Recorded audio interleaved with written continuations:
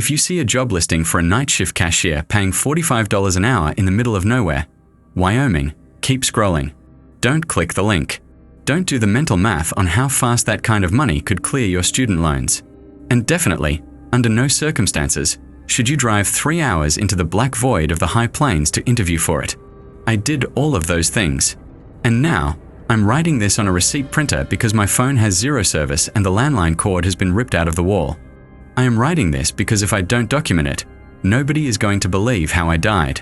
My name is Marcus. 3 days ago, I was sleeping in my Honda Civic in a Walmart parking lot in Cheyenne. I had a degree in graphic design that was worth less than the paper it was printed on, a mountain of debt, and a stomach that wouldn't stop growling. When I saw the ad on Craigslist, it felt like divine intervention. Night shift attendant. Red Creek Station. $45 an hour. Cash paid weekly. No experience necessary. Must have reliable transportation and nerves of steel. I laughed at that last part. Nerves of steel for what? Stocking beef jerky and selling diesel to long-haul truckers? I figured it was a joke, or maybe the owner was some eccentric millionaire who just wanted company. I didn't care. I needed the cash. The drive out to Red Creek should have been my first red flag. Once you leave the interstate in Wyoming, the world changes. The horizon stretches out so far it feels like you can see the curvature of the earth, and at night, that vastness turns into a suffocating blanket of heavy, absolute darkness. There are no streetlights. There are no farmhouses. Just the wind, screaming across the scrub brush, shaking your car like a toy. Red Creek Station wasn't really a town. It was a single, flickering island of light in an ocean of void.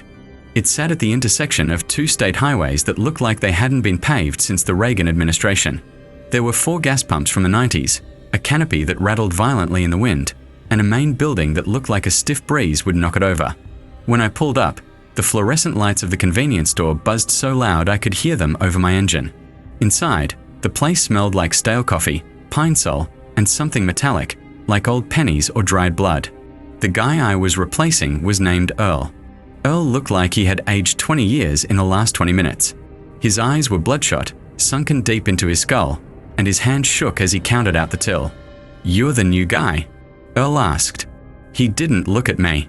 He just kept staring at the glass front doors, watching the darkness outside. "Yeah," I said. "I'm Marcus. The ad said $45 an hour." Earl let out a sound that was half laugh, half sob. "Yeah, 45. Look, the owner, Mr. Henderson, he rarely comes in. He wires the money. The supplies get dropped off by a mute guy in a white van on Tuesdays. Your job is simple. Keep the coffee hot. Restock the shelves. Run the register. And stay inside the glass box." "The glass box?" I asked, looking around the counter. The register area was enclosed in bulletproof plexiglass, floor to ceiling. It looked less like a gas station counter and more like a prison visitation booth. Earl grabbed his keys. He was moving fast, frantic. He threw a heavy iron key ring onto the counter. "Lock the door behind me. Do not unlock it for anyone unless they are buying gas or items. Do not let anyone in just to use the bathroom. And for the love of God, read the note." "What note?" I asked, but Earl was already moving. He practically sprinted to his truck, a beat-up Ford pickup. He peeled out of the lot so fast he kicked up a cloud of gravel that hit the front windows like buckshot. I watched his taillights fade into the distance, leaving me alone. Complete, utter silence. Well, not silence. The hum of the refrigerator units. The buzzing of the neon beer sign. The wind howling against the glass. But the silence of isolation? That was deafening. It settled on my chest like a weight. I locked the door like Earl said. I walked back into the plexiglass enclosure, the glass box. That's when I saw it.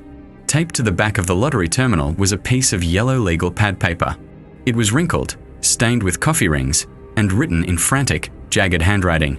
It was titled, "Station Protocols, Strict Adherence Required." I picked it up. I expected a list of cleaning duties or instructions on how to reboot the card reader. What I read made the hair on the back of my neck stand up so straight it hurt. Rule number 1. The station is open 24 hours, but the doors must remain locked between 3 a.m. and 3:33 a.m. Do not look out the windows during this time. If you hear tapping on the glass, ignore it. If you hear your mother's voice screaming for help, ignore it. It is not your mother. It is the wind playing tricks. Keep your head down and count the cigarettes in the rack until the clock hits 3:34. Rule number 2. A black semi-truck with no license plates and no company logo will pull up to pump number 4 around midnight. The driver will not get out. The pump will run by itself. Do not authorize the pump manually. It will authorize itself. Do not speak to the driver over the intercom. Do not look at the driver's seat.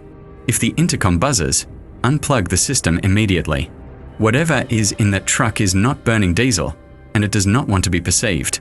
Rule number 3. If a customer enters wearing a red flannel shirt and asks for a pack of Marlboro Emeralds, tell him we are out of stock. We do not sell Marlboro Emeralds. They do not exist. If he insists, tell him the management sends their regards to the deep earth. He will leave. If you try to sell him any other brand, he will reach across the counter. The glass will not stop him. Rule number 4. There is no basement in this station. If you hear scratching coming from beneath the floorboards in the storage room, turn up the radio. If the scratching turns into knocking, stomp your foot 3 times and say, "Not tonight." If a trapdoor appears in the storage room floor, do not open it. Do not look down it. Pile heavy boxes on top of it until sunrise. Rule number 5. The payphone outside still works, even though the line was cut years ago. If it rings, you have 10 seconds to answer it. Pick it up and say nothing. Listen. If you hear static, hang up. You are safe. If you hear a voice reciting a string of numbers, write them down immediately. Burn the paper in the metal trash can outside before your shift ends. If you fail to answer or fail to burn the numbers, the things that live in the high grass across the highway will take it as an invitation. Rule number 6. Coyotes in this part of Wyoming don't sound like coyotes. They sound like laughing children. If you hear laughing children, lock yourself in the glass box. Do not look at the security cameras. They will show you things your mind cannot process without breaking. Wait until the laughter stops. Rule number 7. Always accept cash. Never accept coins that feel warm to the touch. If a customer tries to pay with coins that are warm or vibrating, tell them the register is broken. They are trying to pay with a currency that buys your soul, not a bag of chips. Rule number 8. If the lights go out, do not use a flashlight. Sit on the floor of the glass box and close your eyes. You will feel cold breath on your neck. You will smell wet earth and rotting meat. Do not open your eyes. Do not scream. Whisper, "I am just the clerk." Repeat it until the power returns. If you open your eyes, you will see what Earl saw 3 weeks ago. Earl is no longer with us. The man you replaced was Earl's brother. He didn't last the week. I put the paper down. My hands were trembling. This had to be a hazing ritual. A joke for the new guy. Earl and his buddies were probably parked down the road, drinking beers and laughing at the city boy terrified of a piece of paper. I tried to rationalize it. I forced a laugh. "Okay, very funny," I said aloud. My voice sounded small and brittle in the empty store. Then, the digital clock on the wall clicked over to 11:59 p.m. Outside, the wind died down instantly. The silence was sudden and violent. Headlights swept across the parking lot. Bright, halogen beams that cut through the darkness like knives. A massive, black shape rolled onto the lot. It moved silently. No engine rumble. No grinding gears. Just the crunch of tires on gravel. It was a semi-truck. Pitch black. No chrome. No logos. No license plate. The windows were tinted so dark they looked like onyx slabs. It rolled up to pump number 4. My heart hammered against my ribs like a trapped bird. I looked at the console on the counter. Pump 4 flashed, authorizing. I didn't touch it. I hadn't touched anything.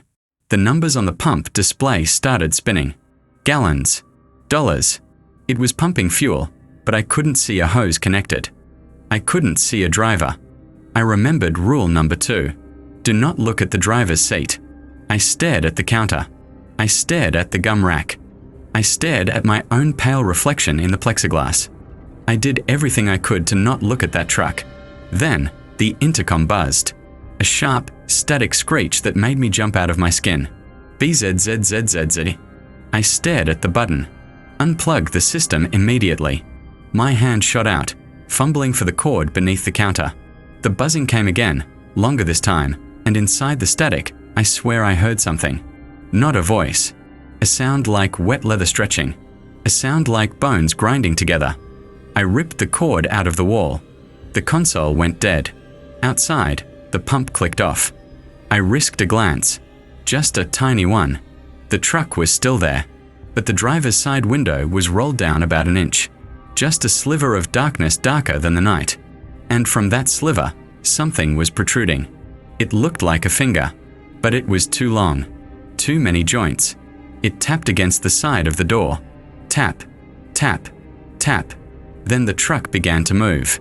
Again, no engine sound. It just glided away, dissolving into the Wyoming night as if it had never been there. I let out a breath I didn't know I was holding. I collapsed onto the stool, my sweat cold and sticky on my back. Okay. Coincidence. A prank. A customized electric truck. Rich people have weird hobbies. I grabbed a bottle of water from the cooler and downed it in one go. I needed to calm down. I needed the money. $350 a night. I could do this. I just had to follow the rules. They were weird, sure, but if I followed them, I had a structure. I looked at the clock. 12:15 a.m.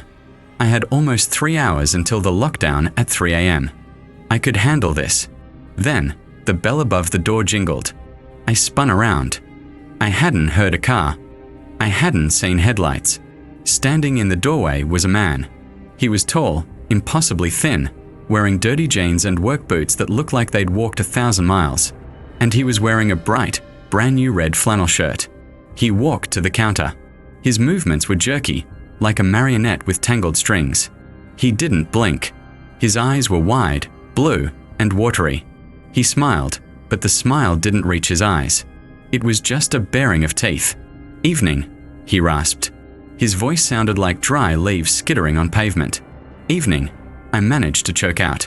He leaned in, pressing his face close to the plexiglass.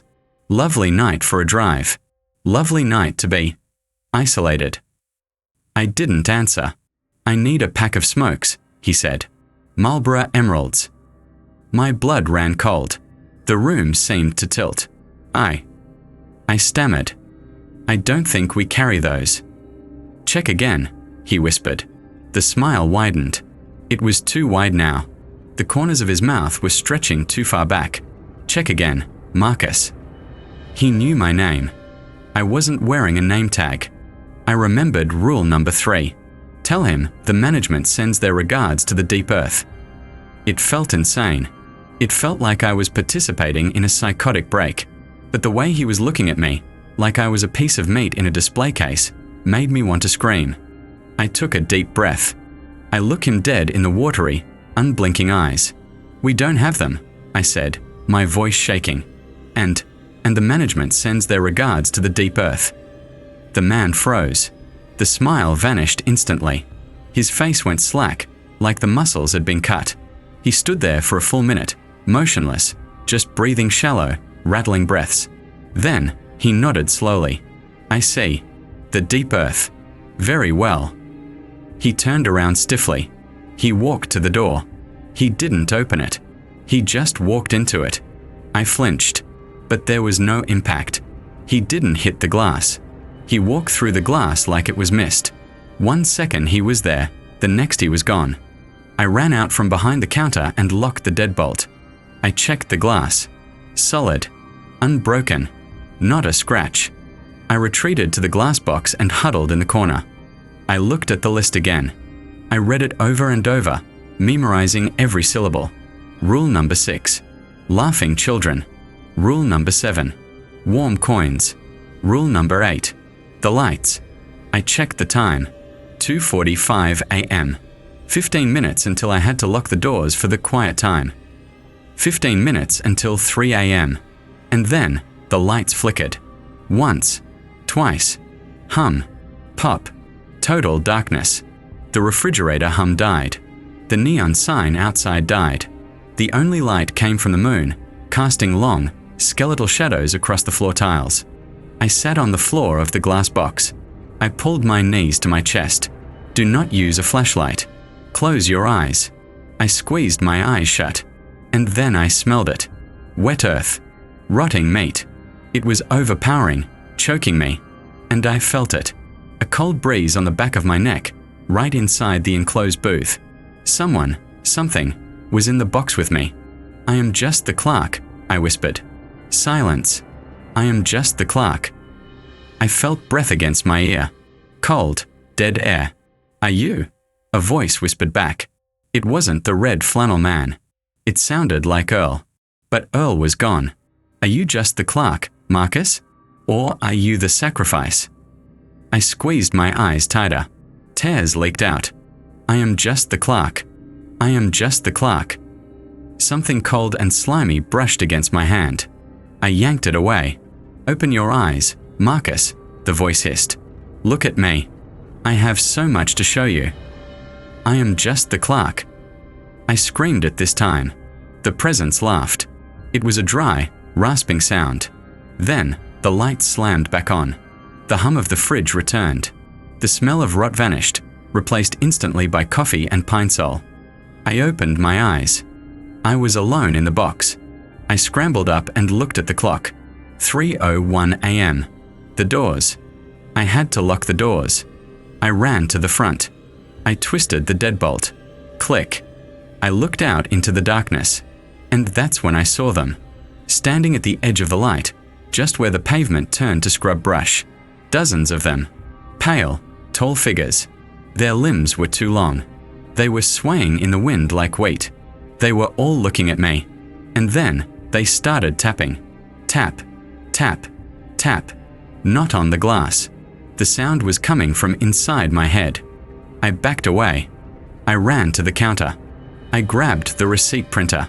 That brings us to now. It's 3:15 a.m. The tapping is getting louder.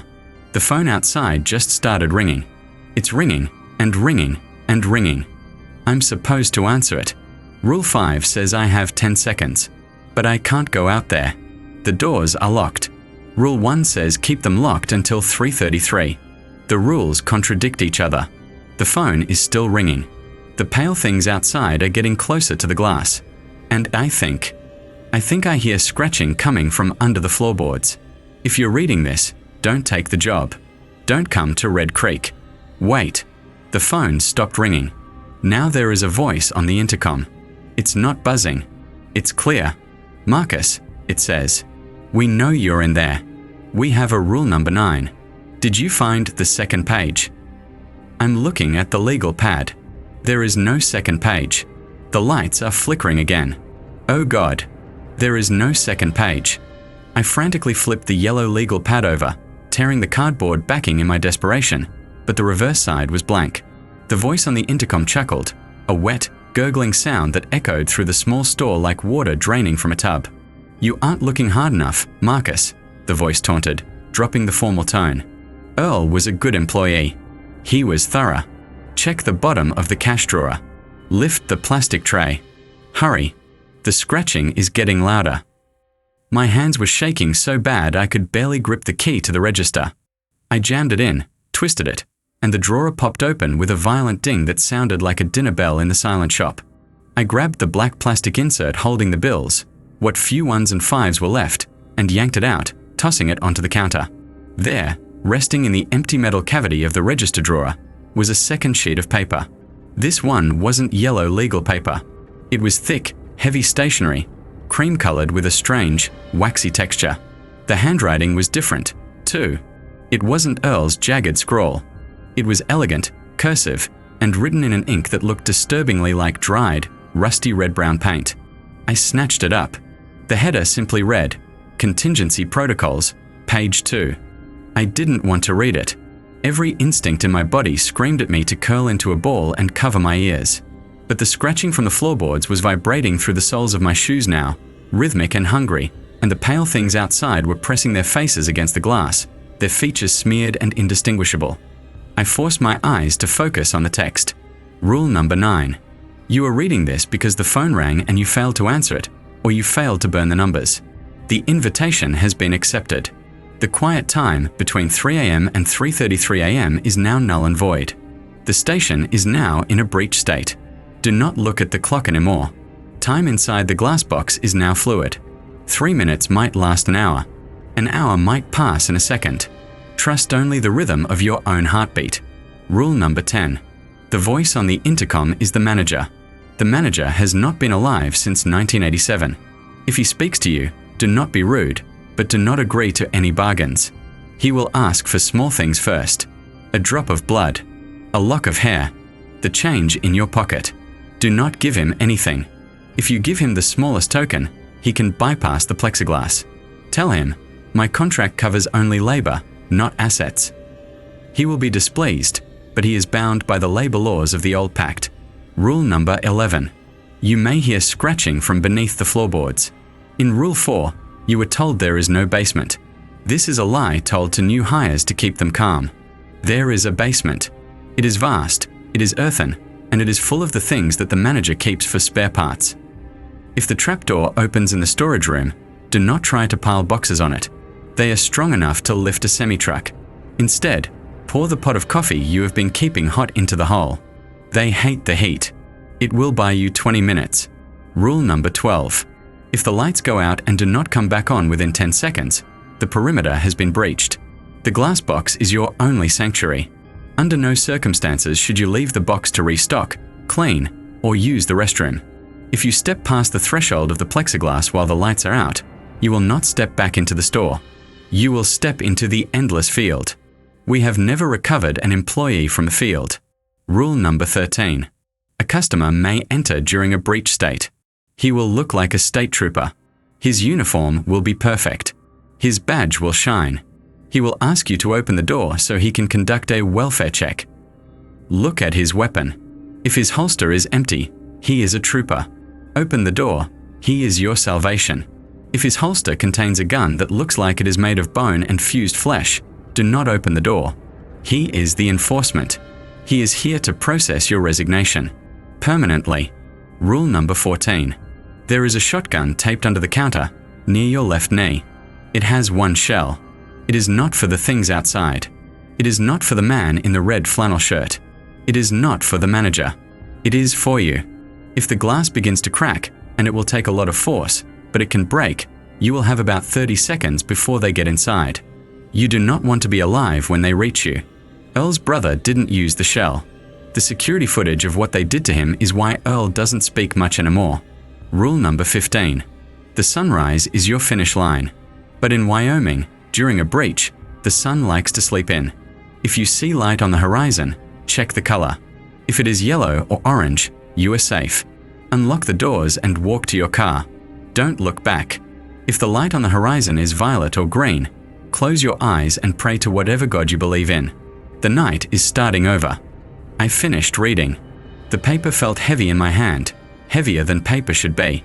My contract covers only labor, not assets, I whispered, testing the words. Clever boy, the voice on the intercom hissed. The static was gone, replaced by a crystal clear audio that sounded like he was standing right next to me. Very clever. But the night is young, Marcus, and you have so much coffee to brew. Scratch. The sound ripped through the air, loud and splintering. It wasn't coming from the intercom. It was coming from the storage room behind me. I spun around on the stool. The door to the storage room was slightly ajar. Through the crack, I could see the floor. The linoleum tiles were bulging upward. Something was pushing from beneath, cracking the glue, snapping the wood of the subfloor. Scratch. Thump. A tile flew off, spinning across the room and hitting the cooler door. Then another. The floor was erupting. I remembered Rule 11. Pour the pot of coffee into the hole. I looked at the coffee maker on the back counter. The pot was full. Earl had made a fresh batch right before he bolted. The red light on the machine glowed like a demon's eye in the dim store. But the coffee maker was outside the plexiglass box. I looked at the list again. Rule 12. If the lights go out, under no circumstances should you leave the box. The lights were currently on. Flickering, buzzing, but on. I had to move.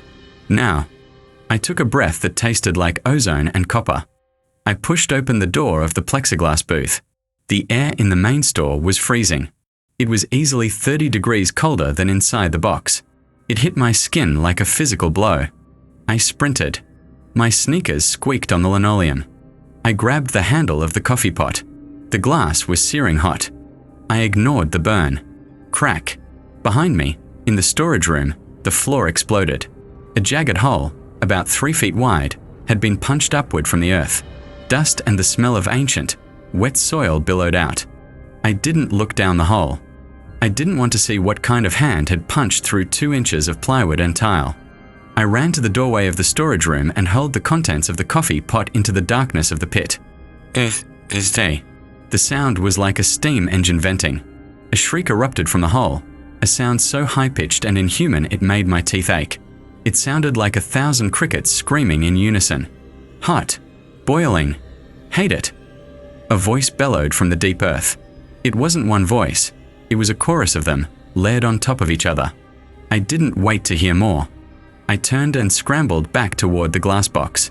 That's when the lights went out. Total, absolute blackness. I froze. I was 5 feet from the door of the plexiglass enclosure. 5 feet from safety. Rule 12.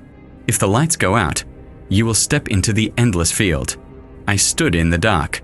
The smell of the store changed instantly. The pine sol and coffee were gone, replaced by the smell of dry grass and static electricity. The air felt heavy, vast. "Marcus," the manager whispered. But the voice wasn't coming from the intercom anymore. It was coming from the darkness directly in front of me. "You stepped out." I closed my eyes. I refused to look. I remembered the text. "Trust only the rhythm of your own heartbeat." I lunged forward, blindly grasping for the handle of the plexiglass door. My hand hit something. It wasn't the door handle. It felt like a suit jacket. Coarse wool. Beneath it, a chest that didn't rise and fall. "Excuse me," a voice said, polite and icy. "I believe you are in my way." I screamed and shoved the figure.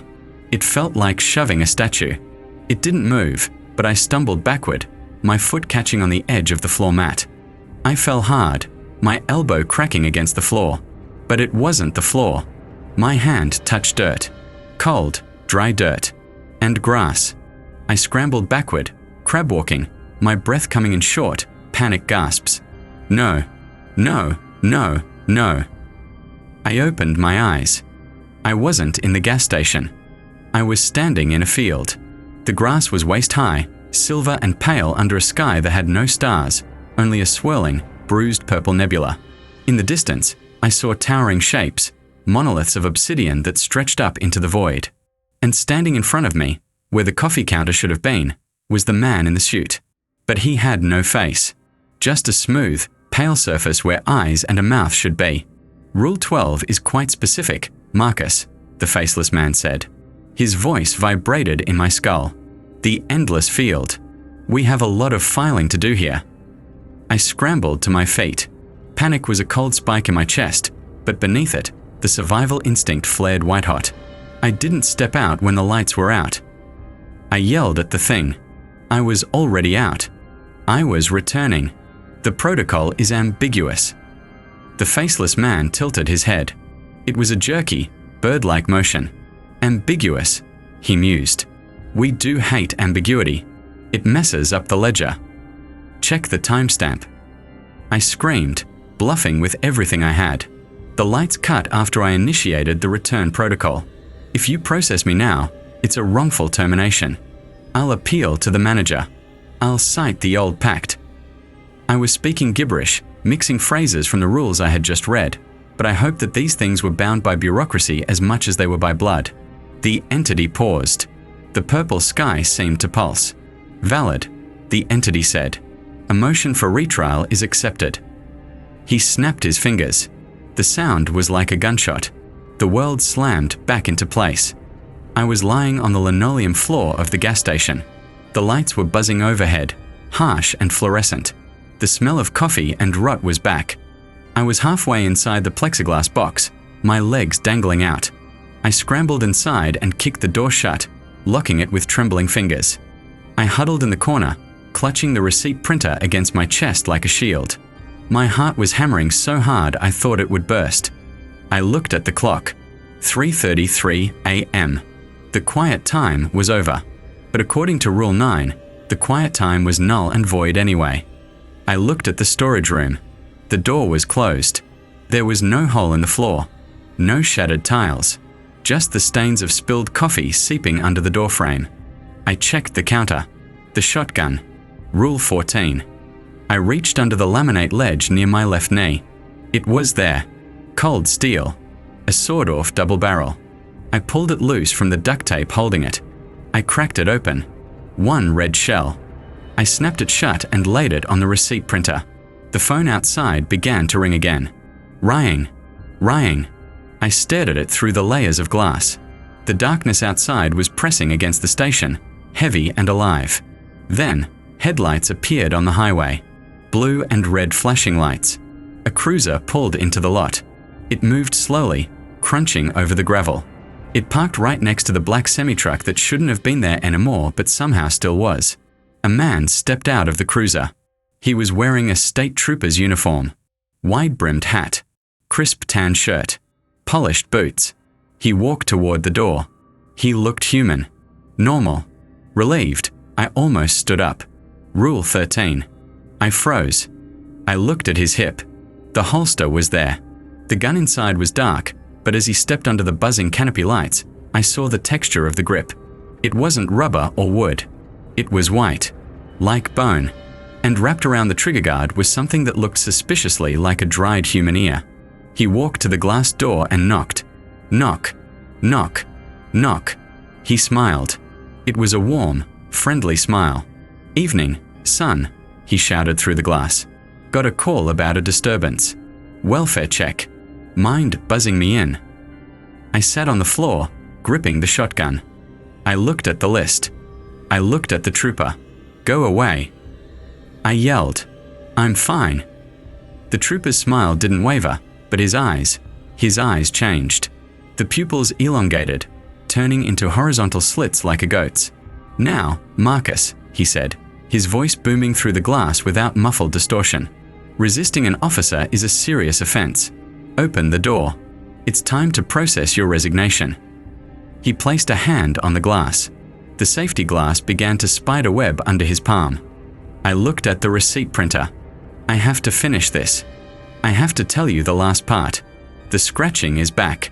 It's coming from inside the glass box this time. Directly under me. The trooper is hitting the glass harder. The manager is laughing on the intercom.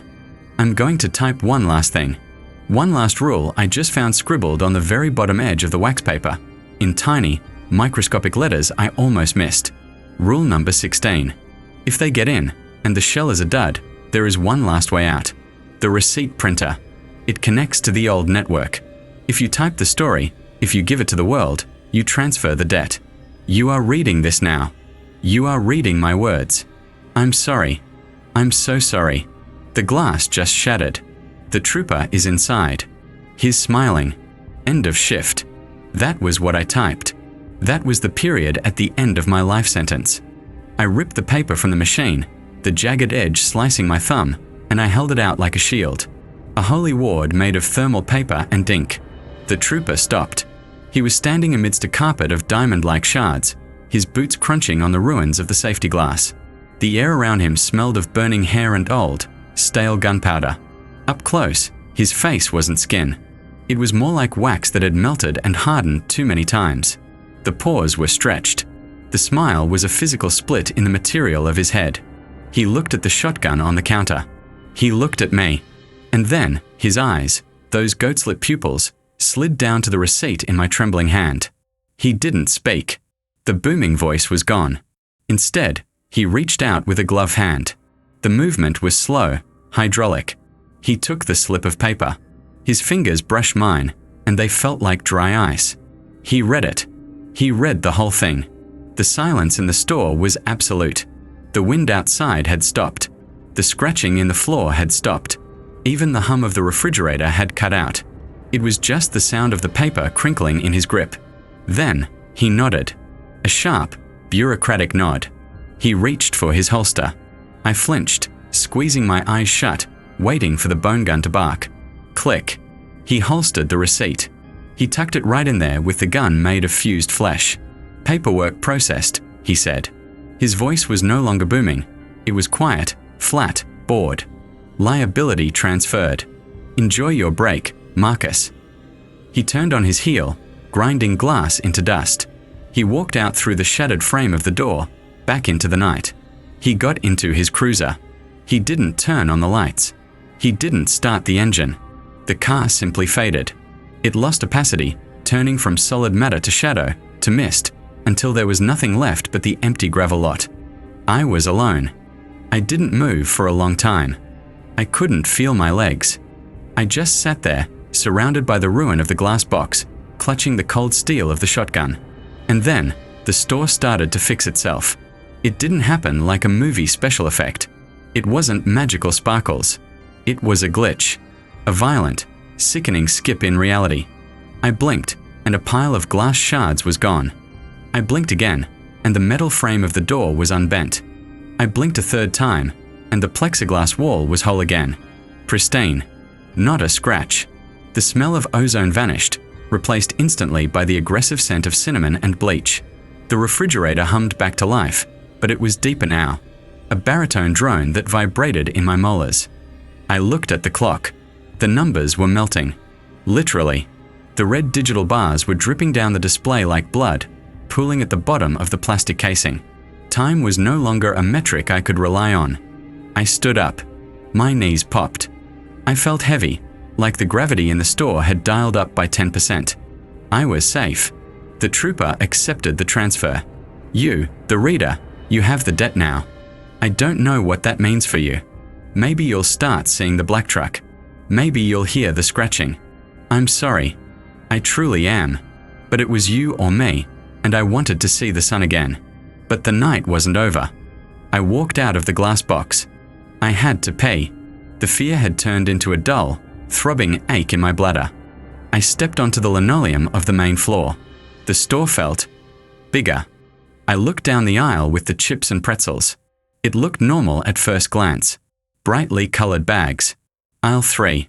But as I walked past it, I glanced down the length of the shelves. The aisle didn't end. It stretched. It elongated. The perspective was wrong. The bags of Doritos and Lay's repeated in a pattern. Red, blue, green, red, blue, green, fading into a distant, hazy point that looked miles away. The fluorescent lights overhead buzzed in a sequence that traveled down that infinite hallway like a landing strip. I looked away quickly. Do not stare at the infinite, I told myself. Keep it local. Keep it small. I walked to the back of the store towards the restrooms. The hallway was narrow, painted a beige color that reminded me of a dentist's waiting room from the 1970s. There were 2 doors. Cowboys and cowgirls. I reached for the handle of the men's room. Locked. I jiggled it. Nothing. Then I heard it. From inside the bathroom. It was the sound of weeping. Soft, wet, pathetic sobbing. Hello. I whispered. The weeping stopped. Occupied, a voice said from inside. It sounded exactly like my own voice. Not similar. Identical. It was the voice I hear in my head when I think. Occupied. My voice repeated from behind the door. We are washing our hands. The grease won't come off. It won't come off. I backed away. I didn't have to pee anymore. The urge had been replaced by a cold knot of dread in my gut. I turned back to the main store. I needed to keep busy. I needed to look busy. If the manager was watching, and the red light on the security camera was tracking me with a predator's smooth precision, I needed to look like an employee. Restock the shelves. That was Earl's instruction. I grabbed a box of beef jerky from the counter. I walked to the display near the window. The window.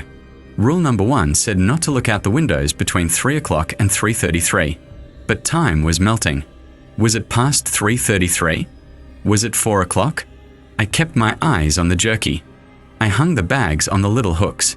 Snap, snap, snap.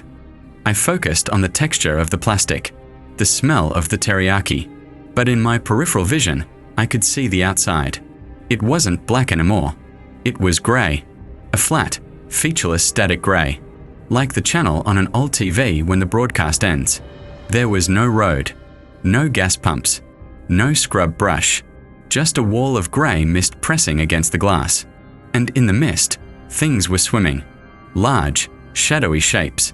They moved like whales in deep water. Slow, majestic, terrifying. One of them drifted close to the glass. It was the size of a school bus. It had no eyes, just a series of undulating fins and a mouth that opened vertically, lined with rows of human teeth. It bumped the glass gently. Thump. The window vibrated. I dropped the beef jerky. I stared at the floor. I am just the clerk, I thought. I am stocking the jerky. I do not see the sky whales. I do not see the void. I retreated to the coffee station. The coffee I had poured into the hole in the floor, into the pit of the manager's spare parts, was gone. The pot was back on the burner. It was full, but the liquid inside wasn't brown. It was a thick, viscous purple. It bubbled sluggishly, popping with little bursts of steam that smelled like lavender and formaldehyde. I didn't touch it. I stood in the center of the store. The silence was heavy now. It wasn't empty silence. It was the silence of a library where everyone is watching you, waiting for you to make a noise so they can shush you. The inanimate objects felt aware. The mop bucket in the corner. I swear it had moved 3 inches to the left while my back was turned. The handle was leaning at a jaunty, arrogant angle. The bristles of the mop looked like hair, matted, grey hair. The slushy machine was churning, red and blue, but the sound wasn't the rhythmic whoosh-whoosh of ice. It was a murmur. Whoosh-whoosh. Help us. Whoosh-whoosh. So cold. I walked back to the glass box. It was my cage, but it was also my tank. My safe zone. I sat on the stool. I spun around. That's when I noticed the door to the storage room was open again. Just a crack. And sticking out of the crack was a shoe. A sneaker. A battered, black Converse high top with white laces. It was my sneaker. I looked down at my feet. I was wearing my sneakers. Both of them. I looked back at the door. The sneaker twitched. Then the leg slid out. Then the torso. A body dragged itself out of the storage room. It was crawling on its elbows, pulling itself across the linoleum with agonizing slowness. It was wearing a blue polo shirt, khaki pants, a name tag that said Marcus. It was me. Or rather, it was a version of me. This Marcus looked used. His skin was grey.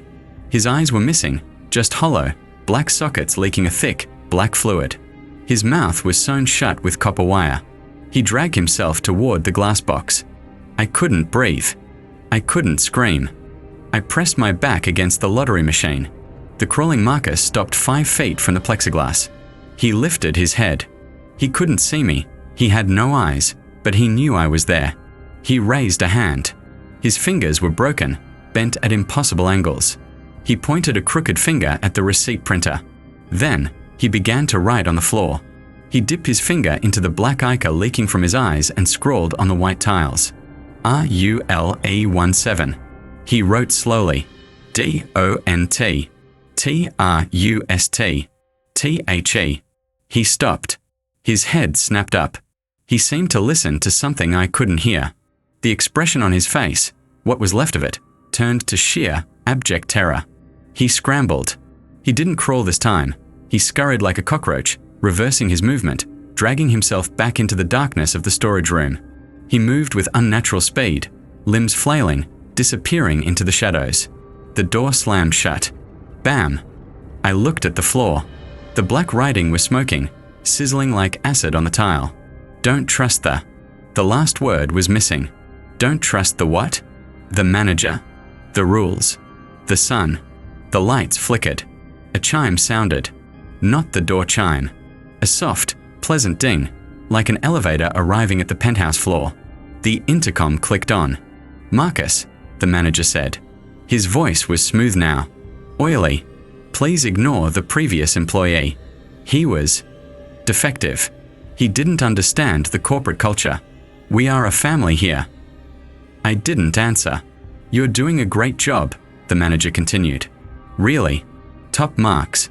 In fact, we want to offer you a promotion. I shook my head violently. No. No promotion. Just the clerk. My contract covers only labor. But this is a special opportunity, the voice purred. It comes with benefits. Immortality. Vision beyond sight. And all you have to do. The lights dimmed to a low, red emergency glow. Is open the trapdoor. Just a peek. We have something for you down here. A gift. No, I whispered. It's the sun, Marcus. The manager lied. I knew he was lying. We keep the sun in the basement at night. That's why it's so dark out. If you want the shift to end, you have to let the sun out. It was a ridiculous lie. A child's logic. But in the haze of the red light, with the sleep deprivation gnawing at my brain, it sounded almost plausible. Let the sun out. I stood up. I took a step toward the storage room. No. Stop. I slapped myself. Hard. The sting brought tears to my eyes. Rule 15. Check the color of the horizon. I ran to the front doors. I pressed my face against the glass, shielding my eyes from the red glow of the interior. The grey mist was thinning. There was a light on the horizon. A thin, jagged line of illumination cutting through the void. My heart leaped. Sunrise. I squinted. I needed to see the color. Yellow or orange equals safe. Violet or green equals prey. The light grew brighter. It crested the distant, invisible hills.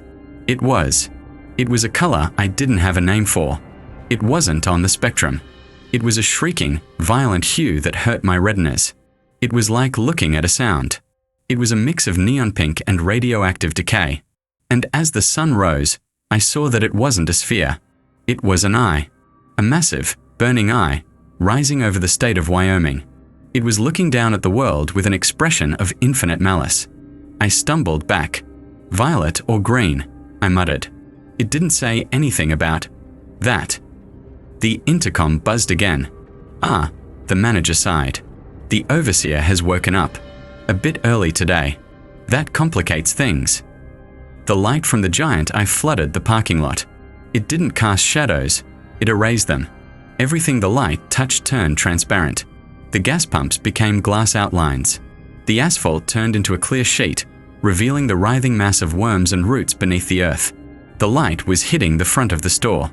Marcus, the manager said, his voice urgent now. Listen to me carefully.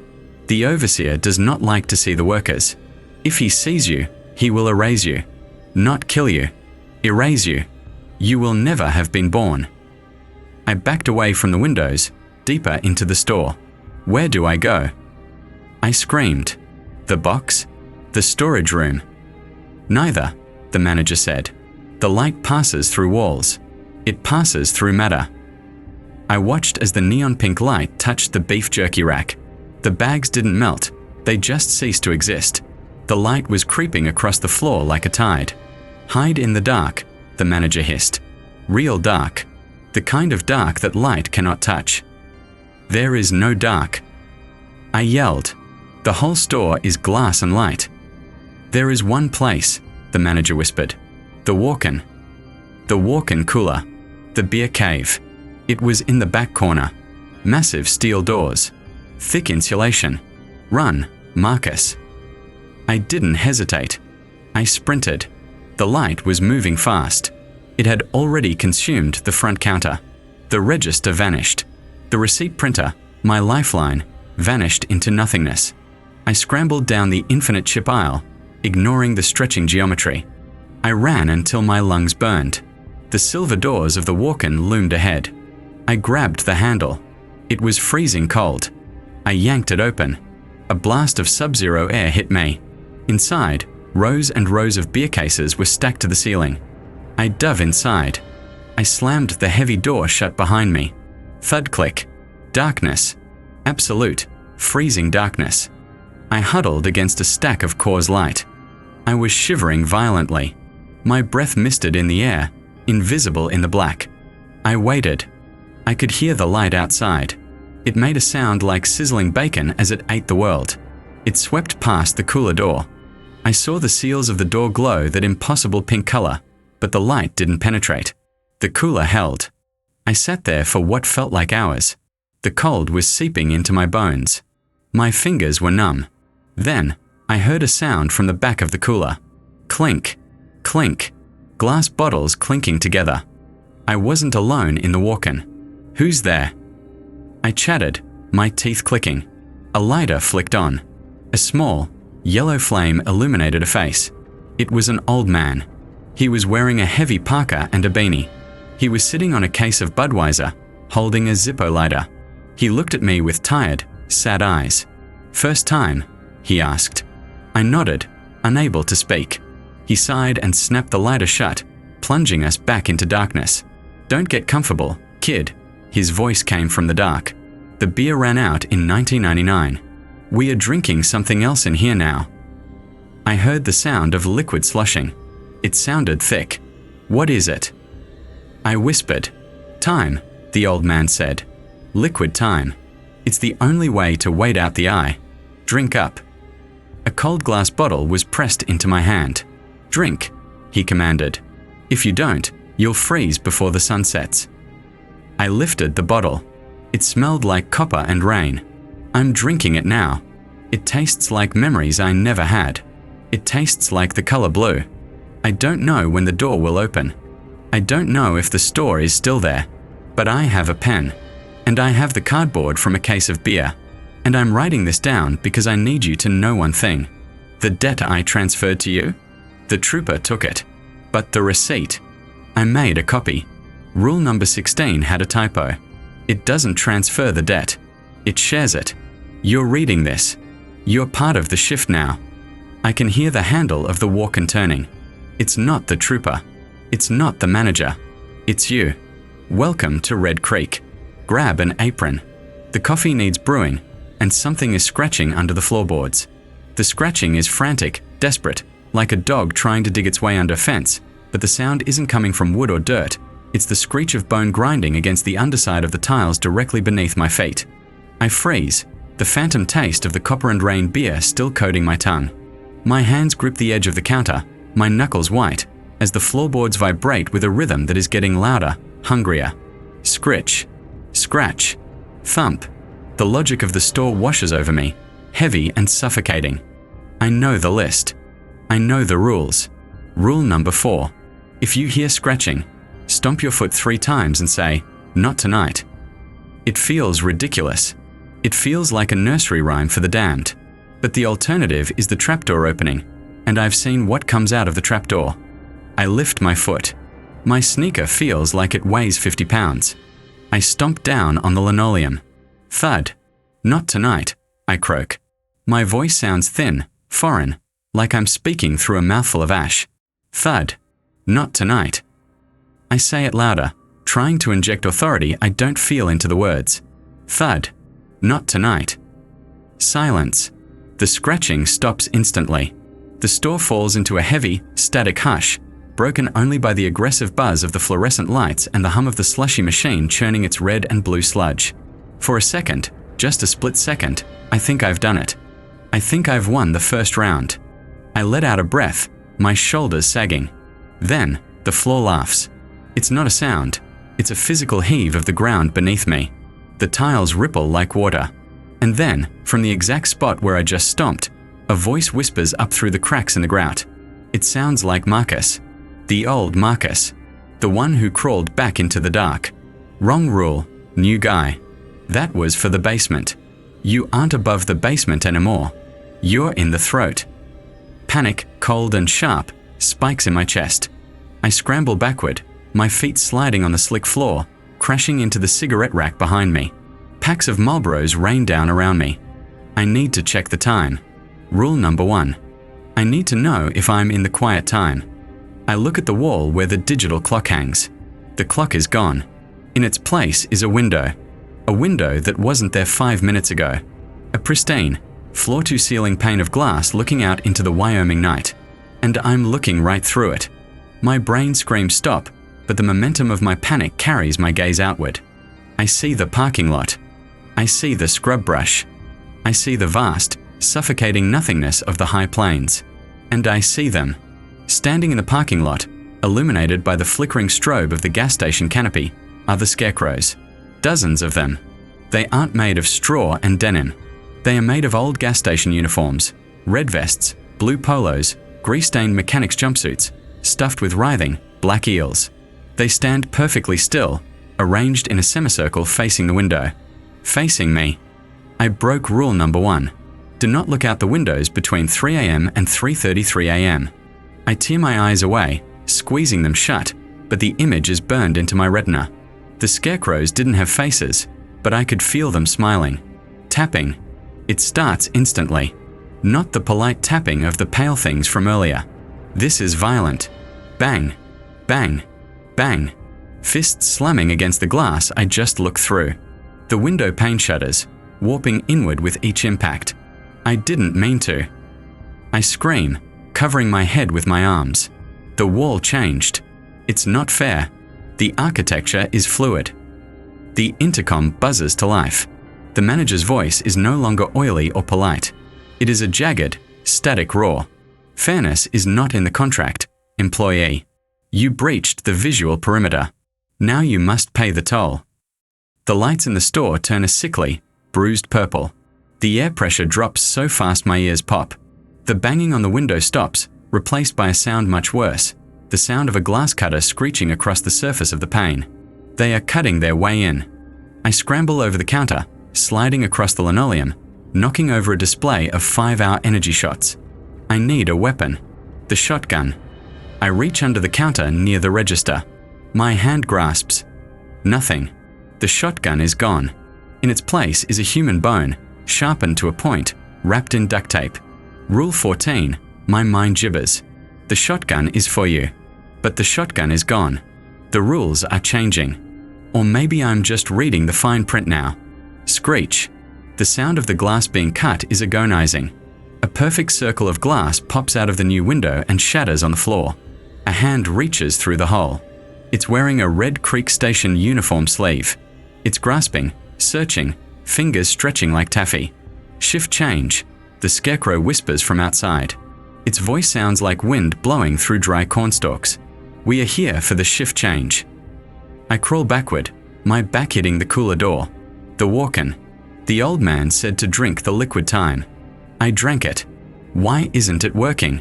Why am I still here? Manager. I yell at the ceiling. I demand a break. I invoke the union break policy. The intercom stays silent. The purple light pulses. The hand coming through the window lengthens. An elbow pops through. Then a shoulder. It's squeezing itself through the hole, bones crunching and reforming to fit. I look around wildly. The receipt printer. The one link to the outside world. It's sitting on the counter, miraculously intact amidst the chaos. It's humming. I lunge for it. I grab the paper feeding out of the mouth of the machine. It's not a receipt. It's a message. Printed in fresh, wet red ink. Violation. Ocular breach. Penalty. Revocation of eyelids. Enforcement imminent. I drop the paper. The thing in the window is halfway in. It flops onto the floor, a mass of eels and fabric, and begins to rise. It has no legs, just a stump of chewed up trousers, but it hovers, defying gravity. I run. I don't know where I'm running to. The store is stretching again. The aisle with the chips is twisting into a spiral. The ceiling is receding upwards into a dark fog. I sprint toward the cowboy's bathroom. If the other Marcus, the dead, crawling Marcus, came from the storage room, maybe the bathroom is safe. Maybe the lock works. I slam into the bathroom door. I grab the handle. It burns my hand, freezing cold. I twist it. It opens. I throw myself inside and slam the bolt shut. Total darkness. I lean against the door, panting, my heart hammering a frantic drum solo against my ribs. I'm safe. For a second. Just a second. Then, the smell hits me. It's not the smell of a dirty gas station bathroom. It smells like ozone, and burnt sugar, and something ancient. A soft blue light clicks on in the corner of the room. I'm not in a bathroom. I'm in an elevator. The walls are polished brass. The floor is red velvet, and there is a panel of buttons next to me. There are hundreds of buttons. They aren't numbered. They are labeled with names. Earl, Marcus, Sarah, the trooper, the manager, and one button at the very bottom, glowing with a pulsing, red light. The basement. The elevator jolts. It begins to descend. I didn't press a button. Going down. A pleasant, robotic female voice chimes from the ceiling. Department of Corrections and Spare Parts. I hammer on the doors. No, no, I'm the clerk. I'm just the clerk. The elevator drops faster. My stomach lurches into my throat. The scratching is back, but it's not under the floor anymore. It's outside the elevator shaft. We are passing through the nest. Scritch, scratch. I see movement through the crack in the brass doors. Shapes in the dark. Things with too many eyes. Things that live in the earth beneath Wyoming. The elevator dings. The doors slide open. I'm looking out into a cavern. A massive, dirt-walled cavern lit by thousands of candles made of human fat. And sitting in the center, on a throne made of old tires and gas pumps, is the manager. He looks like a man, but he's too big.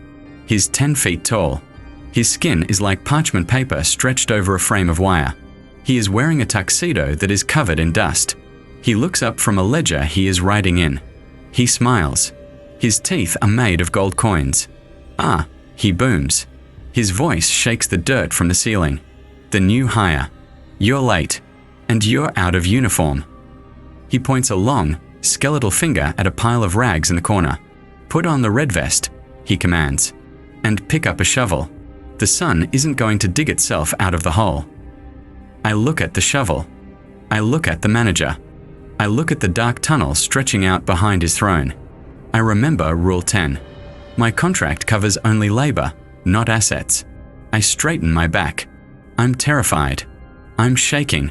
But I have the rules. I am just the clerk, I whisper. And I am on my break. The manager's smile falters. The candles flicker.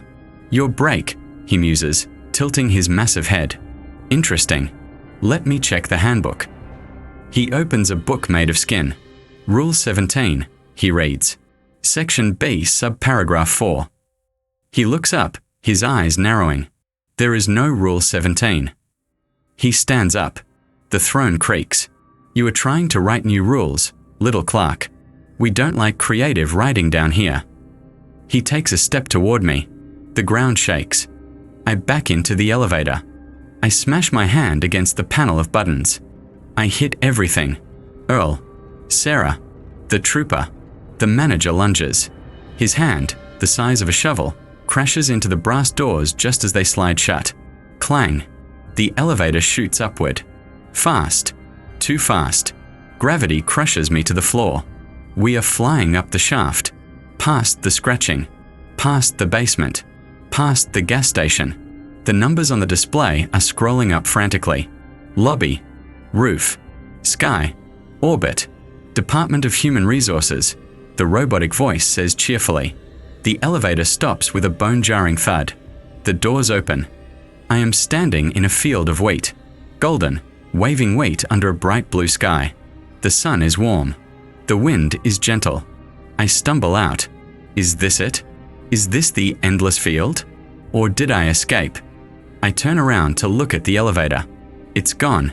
Behind me is just a wooden doorframe standing alone in the wheat, with no walls attached. I look at the horizon. There are no mountains. No Wyoming scrub. Just wheat. Forever. And then I hear it. From deep in the wheat, a sound like laughing children. Rule number 6. Coyotes. Sound like laughing children. The laughter gets louder. It's coming from all directions. I look down at my hands. They are holding something. I'm holding a name tag. It says Marcus. And I'm wearing the red flannel shirt. I'm not the clerk anymore. I'm the customer. I pat my pockets. I feel a square shape. A pack of cigarettes. I pull them out. Marlboro Emeralds. My blood freezes. I look up. Standing in the wheat, 10 feet away, is a gas station. It looks like a flickering island of light in an ocean of gold. And behind the glass counter, looking terrified, is a young man. He looks exactly like me. I start walking toward him. I don't want to. My legs are moving on their own. My face is stretching into a smile I can't control. I'm going to ask him for a pack of smokes. And if he says they don't exist, I'm going to reach across the counter. The glass won't stop me. The bell above the door jingles, a sharp, cheerful sound that slices through the heavy, suffocating silence of my internal scream. I am walking, but I am not walking. I am a passenger in a meat suit that is moving on a track, propelled by a will that is ancient and bureaucratic. The linoleum under my boots, my heavy, dusty work boots that I don't remember putting on, feel spongy, like congealed fat. The clock spins around. It is like looking into a mirror that shows you the past. He is young. He is exhausted. His eyes are wide, blue, and rimmed with red from the dry air and the terror. He is holding a bottle of water, his knuckles white. Evening. My voice rasps. It isn't my voice. It sounds like two stones grinding together at the bottom of a well. It is a sound devoid of moisture, devoid of mercy. Inside my mind, I am shrieking. Run. It's me. It's Marcus. Use the shotgun. Don't look at my eyes. But the red flannel shirt is a straitjacket. It constricts my chest, forcing the air out in a specific cadence. My face muscles twitch, hauling the corners of my mouth upward into that wide, toothy grin that hurts my jaw. I can feel the skin stretching, tearing slightly at the corners. Evening, the clerk stammers. He looks at me, and I see the recognition of a predator in his gaze. He doesn't know I am him. He just knows I am wrong. I shamble to the counter.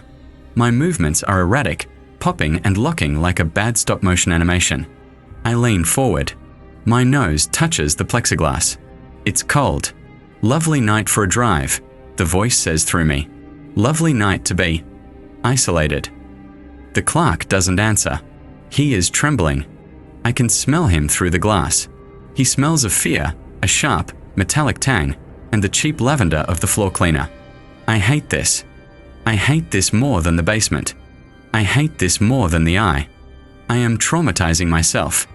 I am the monster I feared. I need a pack of smokes, the voice whispers. Marlboro Emeralds. The clerk pales. He knows the script. I wrote the script? No, I read the script. And now I am acting it out. He stammers. I don't think we carry those. My hand twitches. I can feel the muscles coiling, preparing to reach across the counter. I know that if he fails the test, if he tries to sell me Camels or Newports, I will reach through that glass like it is smoke. I will grab him by the throat. And I don't know what I will do, but I know it involves the damp earth beneath the floorboards. Say it, I beg him silently. Say the line. Please, for the love of God, say the line. Check again, I whisper. My smile widens. I can feel a drop of black ichor leak from my tear duct and slide down my cheek. Check again. Marcus. He flinches at his name. He isn't wearing a name tag. He takes a deep breath. He looks me in the watery, dead eyes. We don't have them, he says, his voice shaking but clear. And the management sends their regards to the deep earth. The tension in the red flannel shirt snaps. The puppet strings go slack. The aggression drains out of my body, replaced by a profound, hollow sadness. He passed. He is safe. For now. I see. My voice rattles. The deep earth. Very well. I turn around. My body is stiff, rigor mortis setting in while I'm still standing. I walk toward the door, but I don't open it. I walk into the glass. I expect impact. I expect pain. Instead, there is a sensation of cold water rushing over me. The glass is mist. The door is a veil. I step through the physical barrier of the Red Creek station and into the grey nothingness that waits outside. The world dissolves. The gravel lot, the gas pumps, the black semi-truck, it all melts into a swirling fog of static. I am floating. I am everywhere and nowhere. And then I understand. I am not just the red flannel man. I am the station. I feel the electricity humming in the neon sign. I feel the diesel pumping through the lines of Pump 4. I feel the hunger of the things in the basement, a gnawing, acidic emptiness that demands to be fed. I drift through the walls. I see Earl, poor, tired Earl, crying in his truck 3 weeks ago. I see the state trooper polishing his bone gun in the back of his cruiser, humming a tune that sounds like a funeral dirge. I see the manager, sitting on his throne of tires, tallying souls in his skin-bound ledger.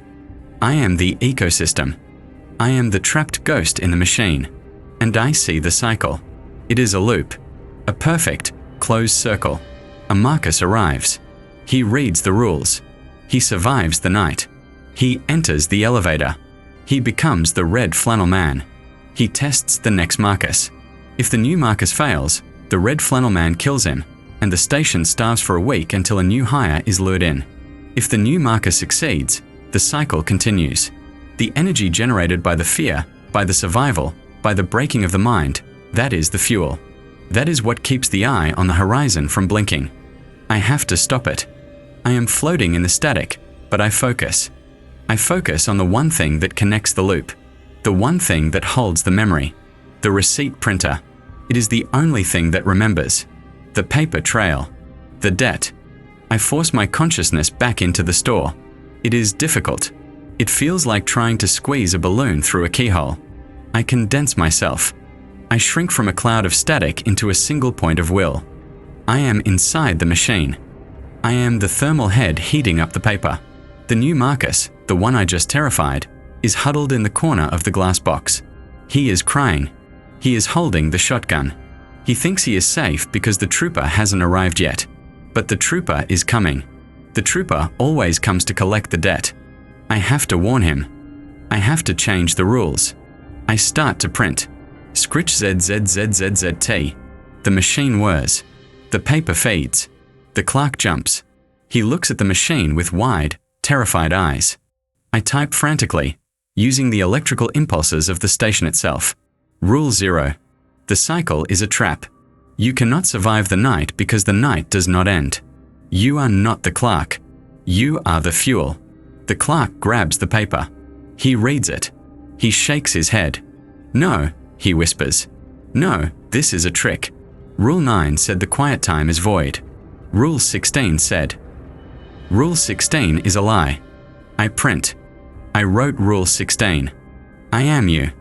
I am the man in the red flannel shirt. Listen to me. He drops the paper like it's burning his hand. He backs away. Stop it, he screams. Stop trying to trick me. He doesn't believe me. Why would he? The rules are designed to confuse, to isolate. I did this. I helped build this prison of logic. I have to try something else. I have to break the physical loop. I feel the trooper approaching. I feel the cold void of his presence pressing against the outer walls. He is coming for the resignation. He is coming to reset the stage. I look around the store with my omniscient, ghostly vision. I see the traps, the trapdoor, the walk-in, the shotgun, and then I see it. The main breaker box. It's in the storage room, behind the shelf of motor oil. It's old, rusted, and covered in warning stickers from 1982. If I cut the power, the real power, not just the lights, the station dies. The containment field fails.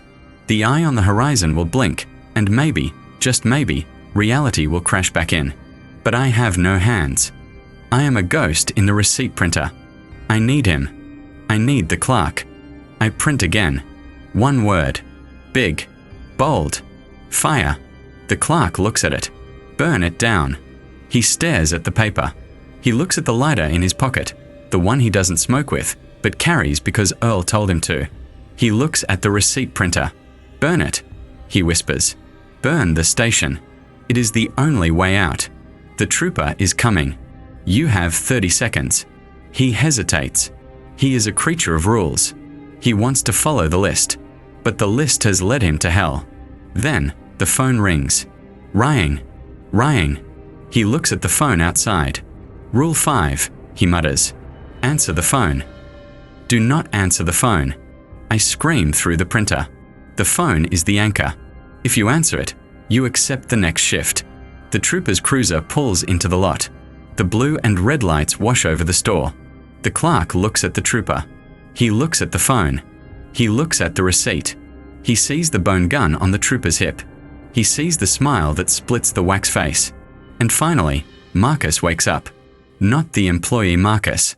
The human Marcus. He grabs the bottle of lighter fluid from under the counter. Rule 7. Keep the lighter fluid handy for the barbecue display. He sprays it over the counter.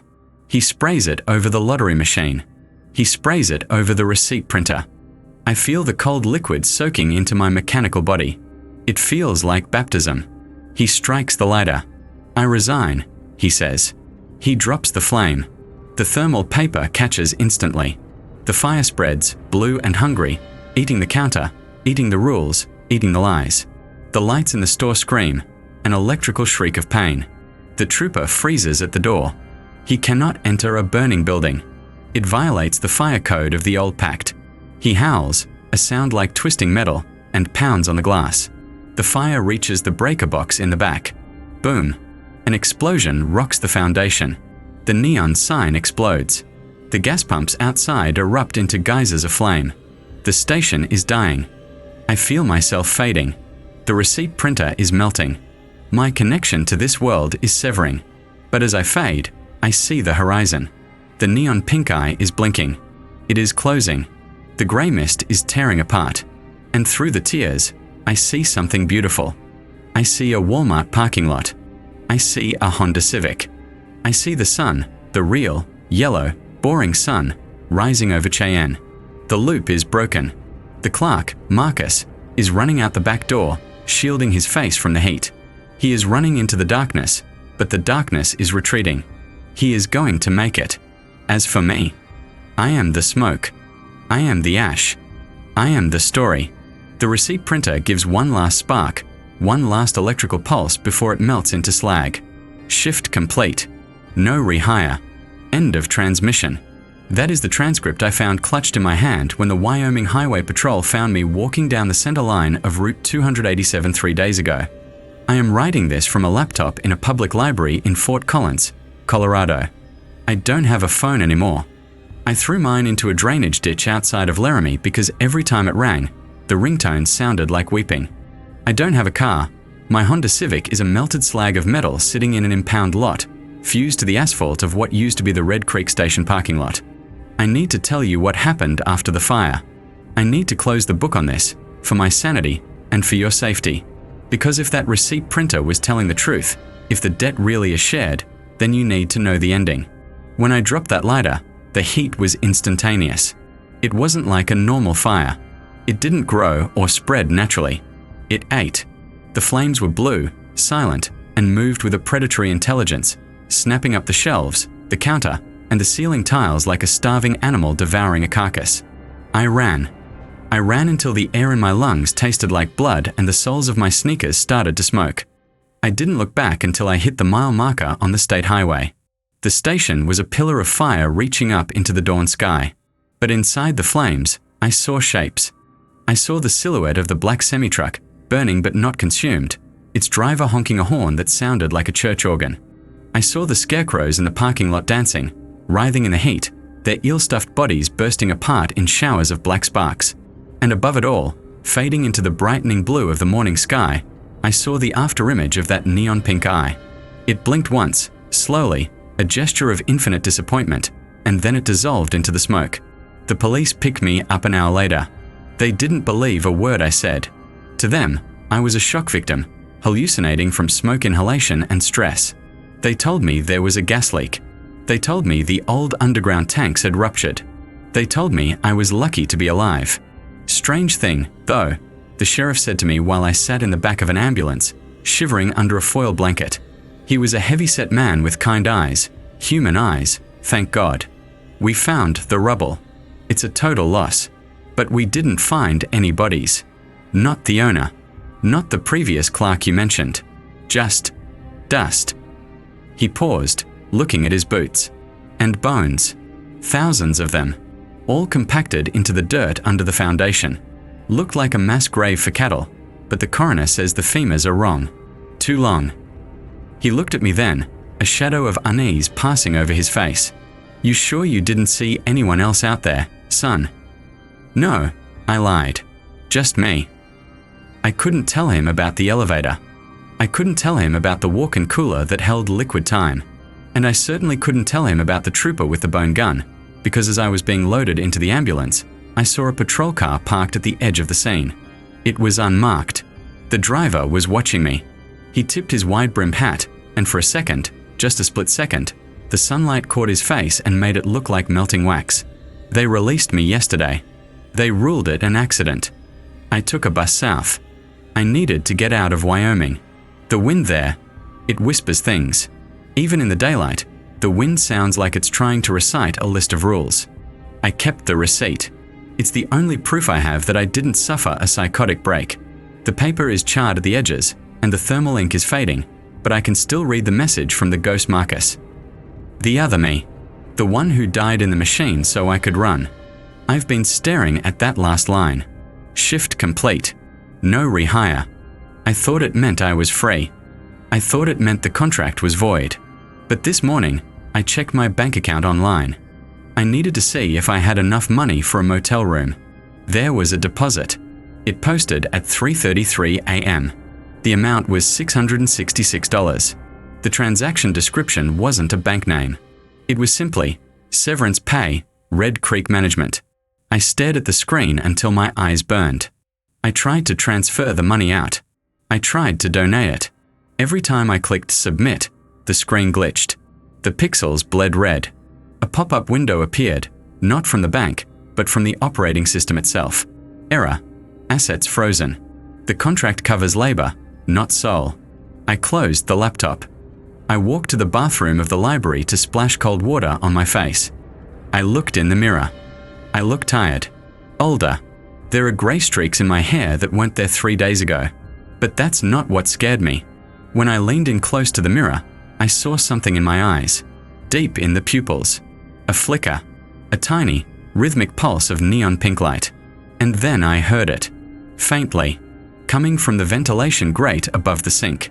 Scritch. Scratch. I ran out of the bathroom.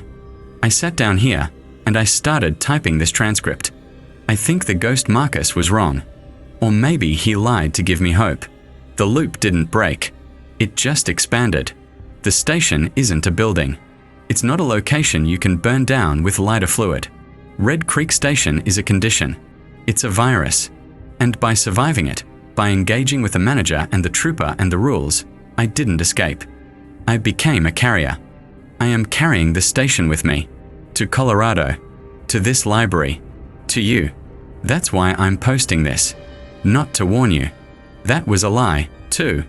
I'm posting this because Rule 16, the real Rule 16, the one written in the invisible ink of the universe, requires me to passing the burden along. It shares the debt. You read the transcript. You read the rules. You visualized the man in the red flannel shirt. You imagined the sound of the scratching. You let them in. I'm so sorry. I didn't want to be alone in this. The old man in the walk-in cooler told me that shared trauma is the only currency the manager accepts. Look away from your screen. Do it now. Look at the corner of your room. The shadow behind the door. The space under your desk. Is it darker than it should be? Is there a faint smell of ozone and rotting meat? Do you hear the wind, even though your windows are closed? That's the download completing. My shift is over. I can feel the connection severing. The pink light in my eyes is fading. I'm just a guy in a library again. I'm broke, I'm traumatized, but I'm free. But the shift has to be covered. The station is open 24 hours. Your phone is going to ring in a moment. It won't be a number you recognize. It might be unknown. It might be a string of zeros. Don't answer it. But if you do, if you pick up and hear the static, remember Rule 1. Keep the coffee hot. Good luck, new hire.